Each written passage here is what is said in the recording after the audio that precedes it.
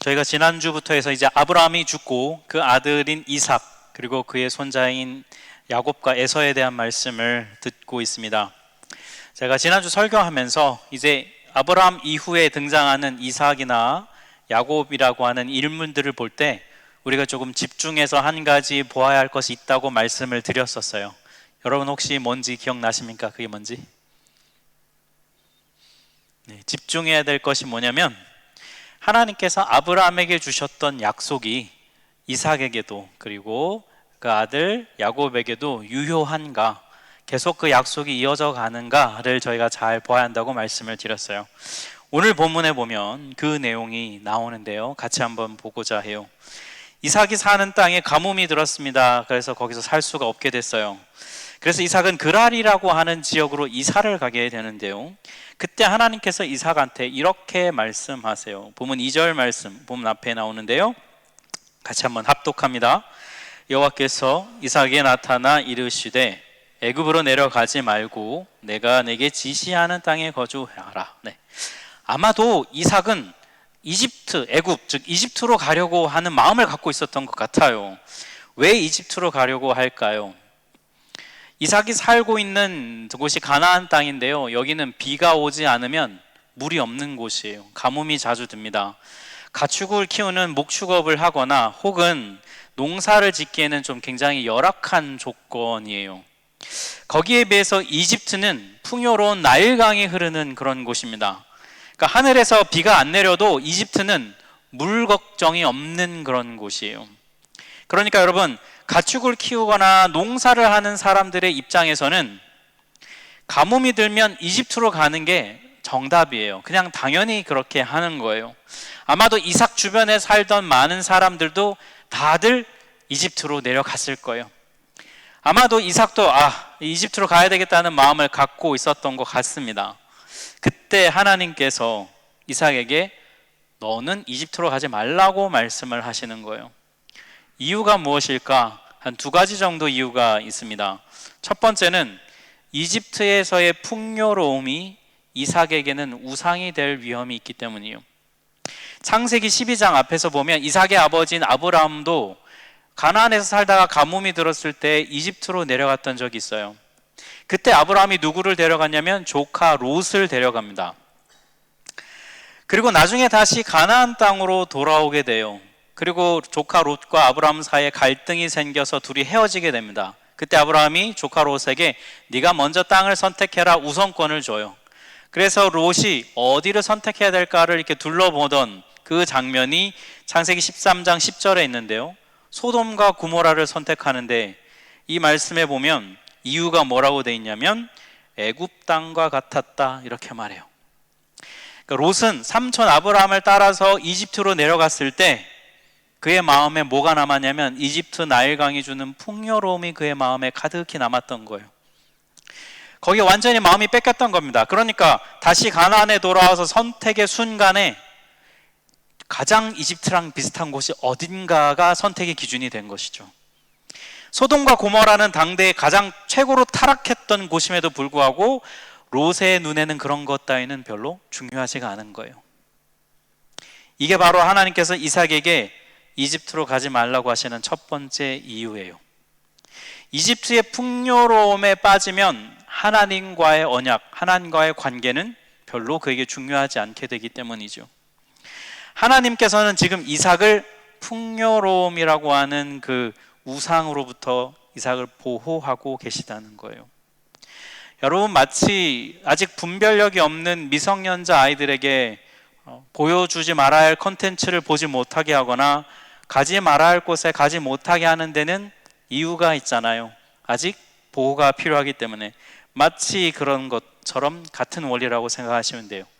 우리도 여러분 이삭과 비슷합니다. 우리도 살고 있는 주변의 환경의 영향을 굉장히 많이 받게 됩니다. 우리가 무엇을 보고 무엇을 듣는지가 우리 삶에 미치는 영향이 굉장히 크다는 거예요. 우리의 일상을 한번 여러분 생각해 볼까요? 여러분 평소에 성경을 많이 보시나요? 유튜브를 많이 보시나요? 성경보다 유튜브를 많이 보면 유튜브의 사람이 됩니다. 여러분, 마음에 어려움과 고민이 있을 때 기도의 자리로 나가시나요? 챗 GPT한테 물어보시나요? 우울할 땐 어떻게 해야 돼? 누가 너무 미울 때는 뭘 해야 돼? 뭐 거기서 나온 하나님이 물론 챗 GPT를 통해 말씀하실 수 있죠, 여러분. 네. 참조는 되죠. 여러분, 아이들이 막 태어나서 이제 그 기저귀를 막 갈 때 보면 정말 아이들은 먹은 대로 나와요. 그죠? 네.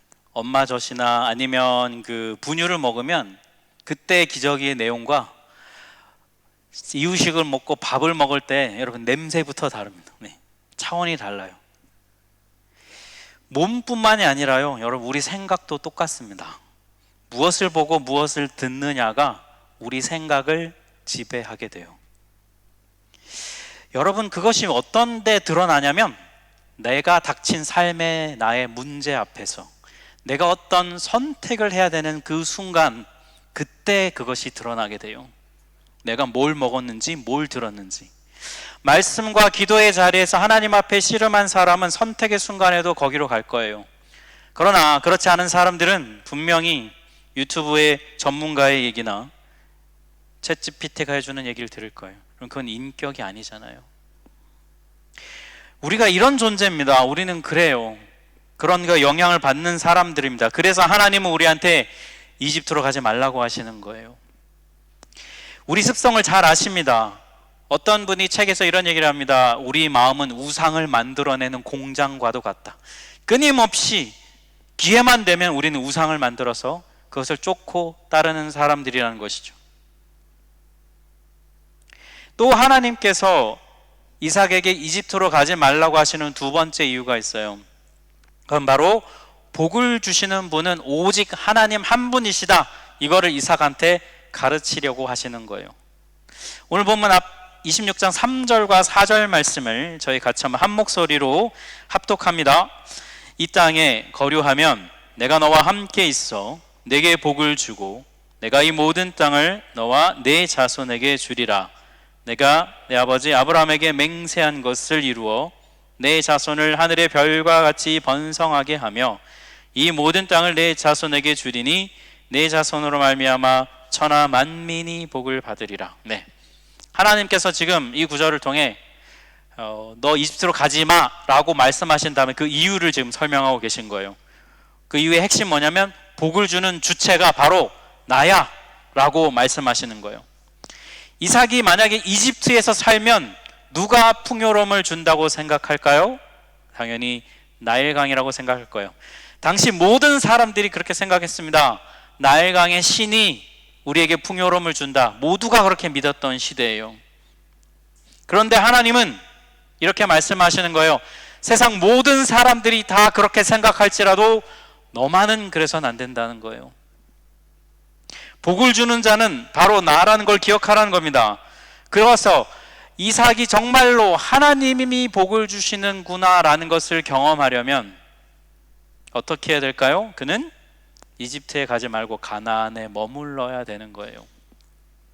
이집트로 가면 안 됩니다. 가나안에 있어야 복을 주시는 분이 하나님이심을 그는 알게 돼요. 그리고 그 믿음을 그가 가질 때 하나님께서는 그 믿음을 통하여 이삭에게 복을 주시고 후손에게 아브라함에게 주셨던 약속을 이어가실 수 있다는 거예요. 이 원리가요, 오늘날 우리한테도 똑같이 적용이 됩니다. 남들이 다 가고 싶어하는 이집트에서는요, 우리가 하나님을 볼 수가 없습니다. 하나님이 이집트에 안 계신 게 아니에요. 계십니다. 그런데 우리가 하나님을 주목해서 보지 않아요. 이집트에서는 눈에 보이는 나일강의 풍요로움에 눈이 멀게 됩니다. 그러면 우리의 마음은 자연스럽게 복을 구할 필요성을 느끼지 못하게 돼요.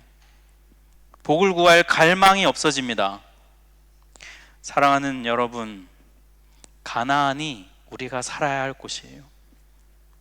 비가 안 오면 살기 퍽퍽하고요, 비가 안 오면 하늘을 쳐다보면서 하나님 왜 비 안 주세요? 라고 물을 수밖에 없는 그 가나안 땅, 거기 살아야 하나님이 복 주시는 분임을 우리는 알게 된다는 거예요. 이집트가 아닌 가나안에서 복 주시는 하나님을 만나는 여러분 되시길 축복합니다. 결국 여러분 이 하나님의 말씀에 이삭이 어떻게 반응하냐면 6절을 보니까 이삭이 그랄에 거주하였더니 이렇게 말해요. 이삭이 가나안에 거주합니다. 순종한 거죠. 분명 이집트 가면요 편해요. 그게 팩트예요. 이집트가 더 안정됩니다. 사실입니다. 그런데 그럼에도 이삭은 가나안에 머물기로 결단을 합니다. 어떻게 이삭은 그 유혹을 물리치고 가나안에 머물기로 결단할 수 있었을까요? 그 이유는 바로 아버지 아브라함의 영향이 있어요. 본문 앞 5절 말씀에 보면 하나님께서 이렇게 말씀하십니다. 이는 아브라함이 내 말을 순종하고 명령과 계명과 율례와 법도를 지켰다. 이렇게 말씀하세요. 하나님 이렇게 얘기하시는 거예요. 이삭, 네 아버지 아브라함을 생각해봐. 네 아버지 아브라함이 어떻게 이렇게 살 수 있는지를 생각해봐. 네 아버지도 결국 순종해서 복을 받았잖아. 너도 그렇게 될 거야 라고 하나님이 말씀해 주시는 거예요. 이삭은 아버지 아브라함이 자신이 어릴 때부터 어떻게 살았는지를 눈으로 봤습니다. 자기가 어떻게 태어났는가 아마 아버지로부터 수백 번도 더 들었을 거예요. 순종이 중요하다는 것을 어릴 때부터 귀에 못이 박히도록 들었어요. 그런데 정작 그가 진짜로 이제 자신이 순종의 결단을 해야 될 순간에 그가 가나안에 머물기로 정말 순종할 수 있었던 힘은 바로 아버지로부터 봤던 그 결과를 그가 봤던 것이죠. 우리가 우리 자녀들에게, 우리 믿음의 후배들에게 이런 믿음의 유산을 우리는 전해줄 수 있을까요?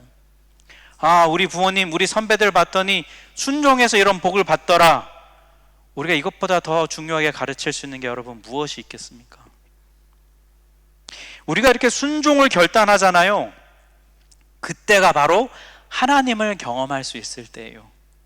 순종해야 하나님을 경험합니다. 내가 너한테 복 줄 테니까 이집트에 가지 마 라고 말씀하실 때 네 라고 순종해야 우리가 하나님을 경험하게 돼요. 하나님께서 살라고 하시는 곳에 살아야 우리가 복을 받을 수 있다는 거예요. 사랑하는 성도 여러분, 우리에게 이런 이삭과 같은 믿음의 결단과 고백이 있을까요? 하나님께서 우리를 이곳 독일 땅에 보내시고 이곳에서 살게 하시는데 여러분 하나님의 뜻이 있다라고 여러분 정말 확신하시나요? 내가 이곳에서 살고 있는 것이 하나님의 뜻일까? 왜 하나님은 나를 이곳에 보내셨을까? 왜 하나님은 나를 이곳에서 태어나게 하셨을까? 이 질문에 하나님 나한테 이곳에서 살라고 하셨어 라는 질문에 네라고 여러분 대답하신다면 그러면 자연스럽게 다음 질문으로 이어집니다. 그게 뭐냐면 하나님께서 그러면 나를 왜 이곳에서 살게 하실까? 하나님 나를 왜 이곳으로 부르셨을까? 그 이유에 대해서 생각해 보게 되죠. 이 질문이 왜 중요하냐면요, 이 질문에 대한 답을 알아야 순종할 수 있기 때문이에요. 순종해야 복을 받을 수 있잖아요. 내가 이곳에서 살면서 하나님께서 나에게 원하시는 구체적인 순종의 모습은 무엇인가? 이게 우리 삶에서 여러분 평생의 제1번 기도 제목이 되어야 합니다. 그래야 우리가 그 삶을 순종하고 복을 받을 수 있다는 거예요. 여러분, 이 땅에서 우리가 사는 이 세상은요 여러분 모두가 다 이집트에 가고 싶어하는 그런 세상이에요. 다 풍요로움을 추구하는 세상입니다. 다들 풍요로움을 누리며 사는 것 같은데 나만 그러지 않은 것 같아서 스스로 초라하게 느껴질 때가 있어요. 그럴 때 우리는 우울해하고 초라해하고 그러면 챗GPT한테 묻잖아요. 어떻게 하면 이집트에 갈 수 있는가? 하지만 여러분 이게 이집트식 사고방식이에요. 풍요로움을 나도 모르게 우상으로 섬기고 있는 삶입니다. 그 삶에서는 반드시 비교하게 되고 갖지 못하게 되면 우울해하고 자꾸 그런 마음이 생겨나요. 그때 여러분 아셔야 돼요. 내 안에 이집트식 사고방식이 어느샌가 자리 잡고 있구나. 그리스도인은요 다르게 생각할 줄 알아야 됩니다. 풍요로움은 이집트가 주는 게 아니라 하나님이 주시는구나 라는 이 믿음이 우리에게 필요해요. 그걸 배워야 합니다. 이걸 배워야 돼요. 근데 그걸 배우려면 이집트에선 배울 수가 없어요. 가나안에 있어야 이걸 배울 수가 있어요. 여러분, 이삭이 하나님의 사람이 아니면 이집트에서 살든 가나안에서 살든 아무 문제가 없어요. 그냥 자기 살고 싶은 대로 살면 됩니다. 근데 이삭은 하나님의 사람이거든요. 그러니 자기 살고 싶은 대로 막 살면 안 돼요. 하나님이 지금 이삭한테 가르치고 계신 겁니다. 복은 나에게서만 나온다. 이집트가 아니어도 너 살 수 있어. 풍요로움은 땅에서 나오는 게 아니라 나한테서 나오는 거야. 너는 내가 책임질 거야. 이거 가르치고 계신 거란 거예요. 여러분, 대답해 보십시오. 하나님이 없는 풍요로움과 하나님은 있지만 퍽퍽한 삶, 여러분 둘 중에 뭘 좋아하셔요? 뭘 선택하시겠어요? 당연히 하나님이 있는 풍요로움이죠. 여러분, 뭐 고민할 게 뭐가 있어요, 그죠? 네. 근데 여러분, 하나님이 있는 풍요로움을 우리가 삶에서 잘 누리려면, 정말 그것이 우리한테 복이 되려면 그만큼의 믿음을 우리가 소유해야 해요. 어울리는 믿음이 필요합니다. 믿음이 자라는 속도보다 돈을 버는 속도가 빠르면 그건 복이라고 볼 수 없어요. 우리 믿음이 자라야 됩니다. 우리 믿음이 자라는 곳이 근데 가나안이거든요. 우리 믿음이 자라는 수준만큼 풍요로움을 누리는 거, 여러분, 그게 진짜 복이고 그게 하나님의 보호하심이라는 거예요. 여러분, 우리 삶이 좀 퍽퍽하고 힘들 때가 분명히 있어요. 하지만 이 가나안에서 복을 주시는 하나님을 경험하고, 그래서 하나님으로부터만 복이 나오는구나, 이걸 깨닫는 여러분들 되시길 축복합니다. 근데 여러분, 이렇게 순종하고 결단한 삶에 무조건 막 핑크빛만 있는 것은 아니에요. 이삭의 삶에도 문제가 생깁니다. 본문 앞 7절 말씀을 보면, 그곳 사람들이 그의 아내에 대하여 물음에 그가 말하기를 그는 내 누이라 하였으니 리브가는 복이 아리따움으로 그곳 백성이 리브가로 말미암아 자기를 죽일까 하여 그는 내 아내라 하기를 두려워함이었더라. 이삭이 그랄에서 계속 사는데 이렇게 했다는 거예요. 여러분, 이거 어디서 앞에서 보신 적 있죠? 기억나시죠? 네. 창세기 12장에서 아버지 아브라함이 이집트에 갔을 때 이렇게 똑같이 했었습니다. 참 진짜 무섭습니다. 아버지가 했던 거 그대로 하는 거. 네. 우리도 그렇잖아요, 그죠? 네.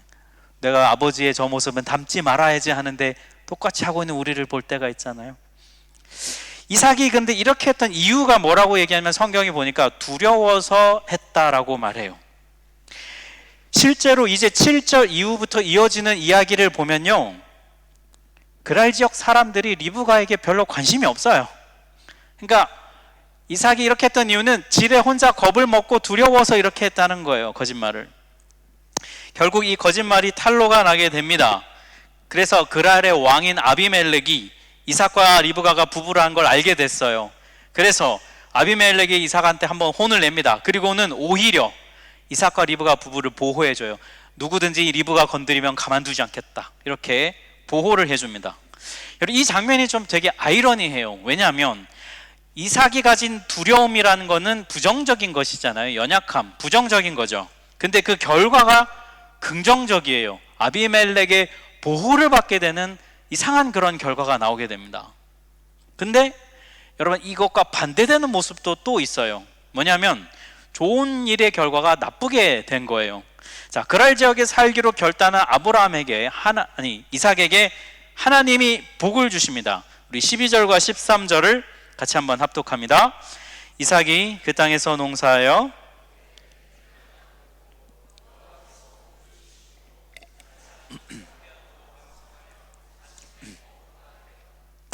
하나님이 복을 주셔도 그냥 부자가 된 여러분, 거부가 되는 복을 주셨어요. 우리도 이런 복을 빨리 받아야 되는데, 그죠? 네. 좋은 일입니다, 여러분. 하나님이 복 주셔서 거부가 됐어요. 이거 좋은 일이에요. 근데 결과가 어떻냐면 부정적인 결과가 생겨요. 이 복 때문에 쫓겨납니다. 26장 14절부터 15절 연결해 보면 막 양과 소와 떼가 막 너무 막 거부가 됐어요. 그랬더니 블레셋 사람들이 시기하고 질투하는 마음이 생긴 거예요. 그래서 아브라함 때 팠던 우물들을 막 막고 해코지하는 거죠.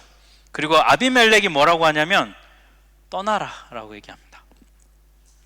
처음에 아비멜렉은 이삭보다 자기가 우위에 있다고 생각했어요. 그래서 보호해 줄게 막 이랬거든요. 근데 가만히 보니까 이삭은 하는 것마다 막 잘 되는 거예요. 여러분 얼마나 얄밉겠어요. 내가 하면 안 되는데 제가 하면 잘 돼. 얼마나 여러분 화가 나요.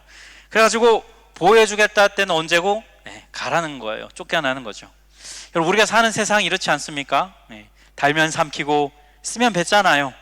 나한테 도움이 될 것 같고 잘 이익이 될 것 같으면 막 잘해주다가 좀 뭔가 관계가 틀어지고 도움이 안 되고 흥미가 없으면 버리는 거, 이게 세상의 법칙이고 원리거든요. 근데 어쩔 수 없이 쫓겨난 이삭이 어떻게 하냐면 이어지는 17절부터 23절에 보면 이삭이 계속해서 주거지를 옮겨 다닐 수밖에 없게 됩니다. 지도를 보면 이삭이 처음에는 그랄에서 살았어요. 그래서 이곳에서 살면서 우물을 팝니다. 그러면 그랄 지역 사람들이 와서 시비를 걸어. 야, 여기 우리 땅이야, 이 우물 우리 거야 라고 쫓아내요. 그러면 또 옆으로 옮겨가서 또 우물 파면 또 찾아와서 이거 우리 거야. 그래서 계속 쫓겨납니다. 여러분이 만약에 이삭이었다면 가나안에서 이집트를 포기하고 가나안에서 살기로 결단해서 순종해서 사는데 이런 일이 생겨요. 여러분 무슨 생각하실 것 같으세요? 제가 설교 준비하면서 묵상하면서 제가 이삭이라면 어떻게 생각했을까? 이집트를 갔어야 되는데 이 생각이 드는 거예요, 여러분. 이집트 갔으면 괜히 이런 고생할 필요가 없잖아요, 여러분. 지금 이삭이 뭐 돈이 없습니까? 아니잖아요. 풍요로워요. 돈도 있겠다, 여유가 있겠다, 뭐가 아쉽습니까? 근데 가나안에서 살기로 결단했더니 복음 받아서 또 좋다 했는데 막 쫓겨나고, 그리고 살던 집에서 쫓겨나서 자존심 상하죠. 내가 뭐 없어서 쫓겨나는 것도 아닌데 고생해서 또 우물 파야 되고 눈치 봐야 되고 이런 삶을 가나안에서 살아야 되는 거예요. 그럼에도 이삭이 가나안에서 살아야 될 이유는 뭡니까? 하나님의 사람이기 때문에. 하나님의 사람은 하나님이 부르신 곳에서 살아야 한다는 거예요. 이집트가 아무리 풍요롭고 편하고 안정된 곳이라 할지라도 거기는 이삭이 살아야 할 곳이 아닙니다. 하나님의 복을 받은 그 부르심의 자리에는요, 여러분 이런 환난과 어려움이 있어요. 우리는 하나님의 복, 하나님의 부르심 이러면 좀 핑크빛 생각을 합니다. 너무 쉽게 생각해요. 근데 여러분 성경의 인물들을 보시면 하나님의 부름을 받아 살지만 그들의 삶이 결코 평탄하지 않습니다. 어려움이 있어요. 근데 여러분 그 순종의 자리에서 어려움이 있을 때 그때가 중요합니다. 그때 우리는 이런 질문, 내가 왜 굳이 여기에서 이 고생을 하고 이런 대접을 받으면서 살아야 하지라는 질문이 마음에서 올라올 때 그때의 대답, 하나님이 나를 여기로 부르셨기 때문이라는 확신이 우리에게 필요해요. 그럼 여러분 그 확신은 어떻게 가질 수 있을까요? 그건요, 하나님과의 직접적인 관계에서 얻어야 해요. 기도 속에서, 말씀 속에서 얻어야 합니다. 이런 상황으로 그거를 자꾸 얻으시면 안 돼요. 우린 너무 단순하게 생각할 때가 있습니다. 상황이 좋고 잘 열리면 하나님이 복을 주시는구나. 상황이 뭔가 안 풀리고 자꾸 꼬이면 하나님의 뜻이 아닌가 보다 해요. 그럴 수도 있지만 여러분 그렇게 쉽게 단정 지을 수 없어요. 왜냐하면 여러분 우리 삶이 그렇게 단순하지가 않아요. 복잡합니다. 이삭을 보십시오. 하나님의 복을 받아서 거부가 됐어요. 부자가 됐습니다. 분명히 생각, 하나님이 복 주셨구나. 근데 막 우물 파자마자 쫓겨나고 막 해코지 당하고 자존심 상해요. 그러면 여러분 같으면 어떠실 것 같으세요? 헷갈리잖아요. 복 맞아? 부르신 거 맞아? 상황을 갖고 우리는 단정 짓지 못합니다. 결국은 어디에서 결판나야 되냐면 하나님과의 직접적인 관계 속에서 오는 확신, 말씀, 음성, 이것이 있어야 됩니다. 기도의 자리, 말씀의 자리가 필요하다고요. 그래서 그 자리가 어디냐면요, 브엘세바라고 하는 곳이에요. 브엘세바라고 하는 것은 이삭에게 익숙한 곳입니다. 창세기 21장을 보면요, 이삭의 아버지인 아브라함도 이 그랄 지역의 아비멜렉과 갈등이 있었어요. 그때 아비멜렉과의 갈등을 끝낸 계약을 맺었던 장소가 어디냐면 이곳 브엘세바입니다. 그리고 아브라함은 이곳에서 아비멜렉과의 갈등을 끝내고 하나님께 예배를 드렸어요.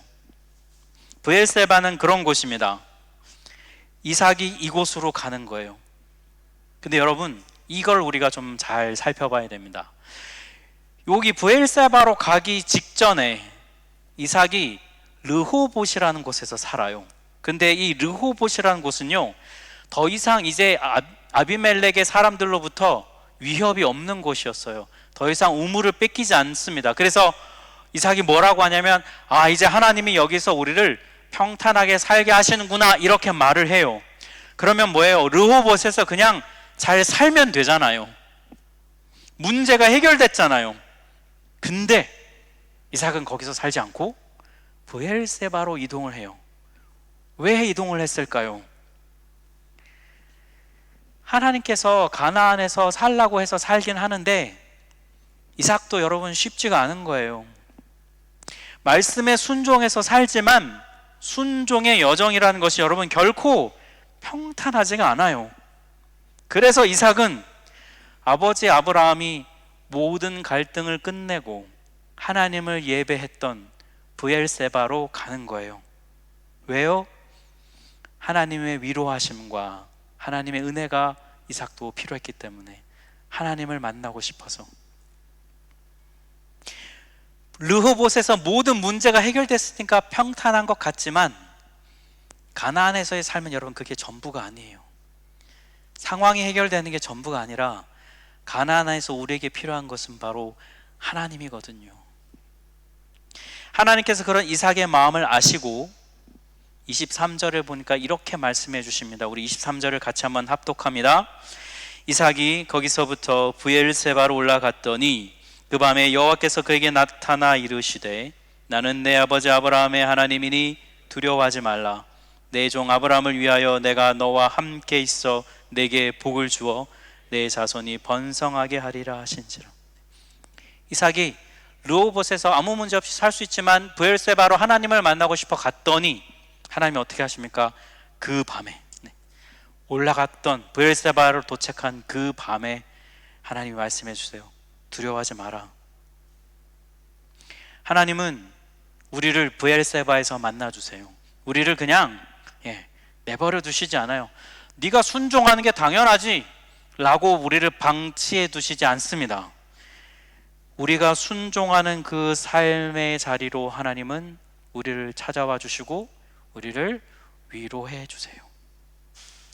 여러분, 이게 우리가 가나안에서 살아갈 수 있는 힘이에요. 우리가 가는 이 길이 맞다고요? 하나님이 격려해 주세요. 너 여기 오길 잘했어. 이게 맞아. 너고 내가 해줬던 약속 기억하고 있지? 나도 잊지 않고 있다. 나 지킬 거야 라고 약속해 주시잖아요. 이 하나님을 가나안에서 만나는 것, 이 하나님과 동행하는 것이 바로 그것이 복된 인생이에요.